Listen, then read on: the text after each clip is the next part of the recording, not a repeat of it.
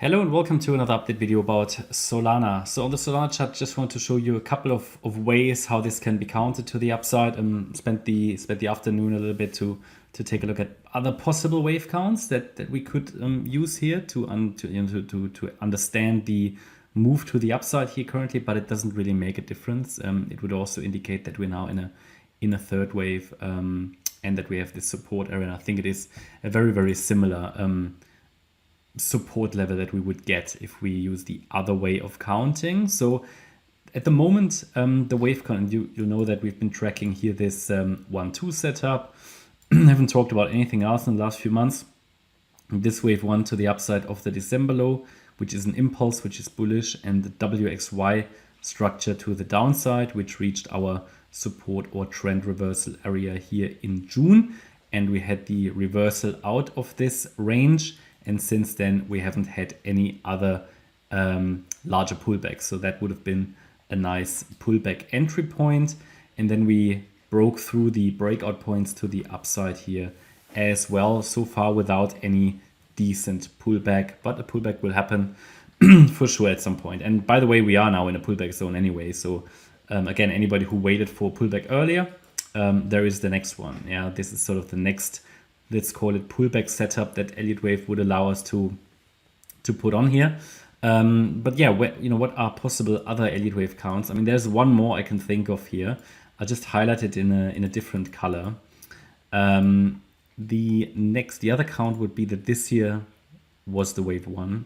This was a wave 2. So this was the low in June. And then we had a third wave top here. What have we just think? No, it would be here. Then a fourth wave low and a wave 5 with a top on the 8th of July. I'm going to zoom in. I'll make that white, by the way. Oops. One second. Is it just the wave count in white? Yeah, so 5 waves up here, which would make this top on the 8th of July a wave 1. Now, is it really a likely count? Not really, in my opinion. It's just a bit of an unclear one, because then the wave 2 would be again very shallow, and we would have rallied now in a third wave and a fourth and a fifth. So actually the 2 would sit here.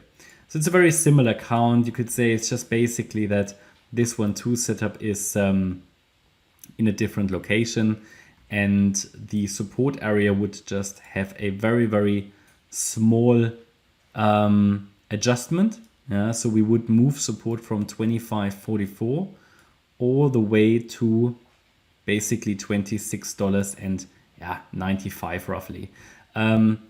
In this case, I would rather give it a little bit more space. Yeah. So what does that mean? What is this support area? Is it purely our bullish support area? The support area that is relevant for trend continuation. If that level is broken, it will be the first fairly clear sign that this rally is already over. Never a guarantee, but it's the first piece of evidence. Yeah? And if we then break below this 2150 swing low, which was made on Thursday, then I think, we only topped in 3 waves, and there was no fourth wave, there was no fifth wave, and it's going to most likely come down again. The only way how I could make that work really would be if this was an overshooting B wave, okay?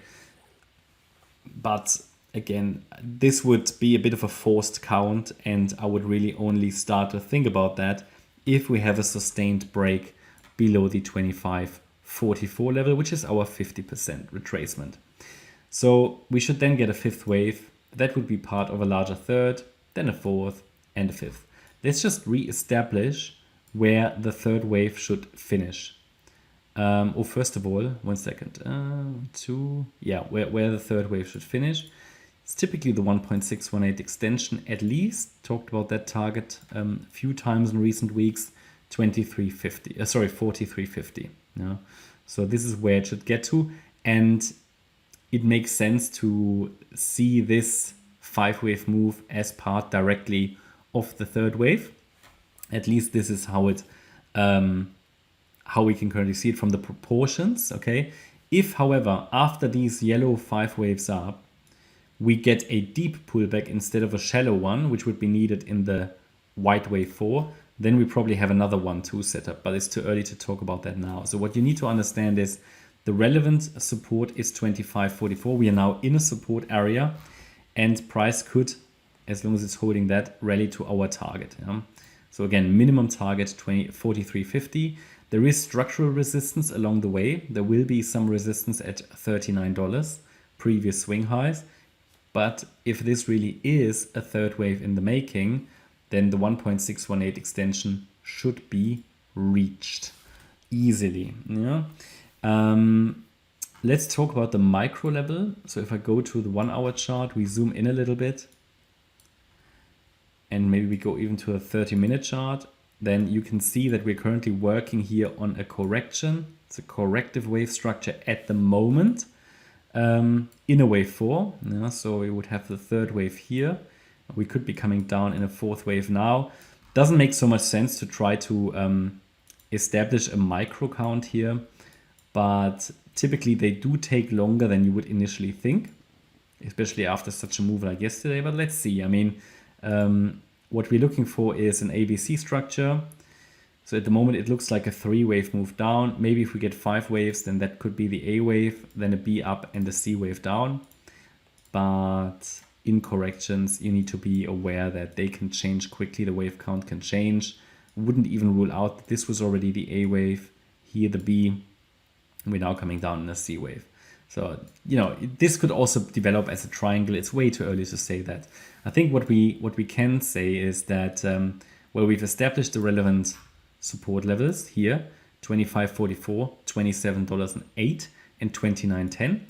And as soon as we break above this last swing high, which is at $29.88, I think then we have a first signal that this correction is over.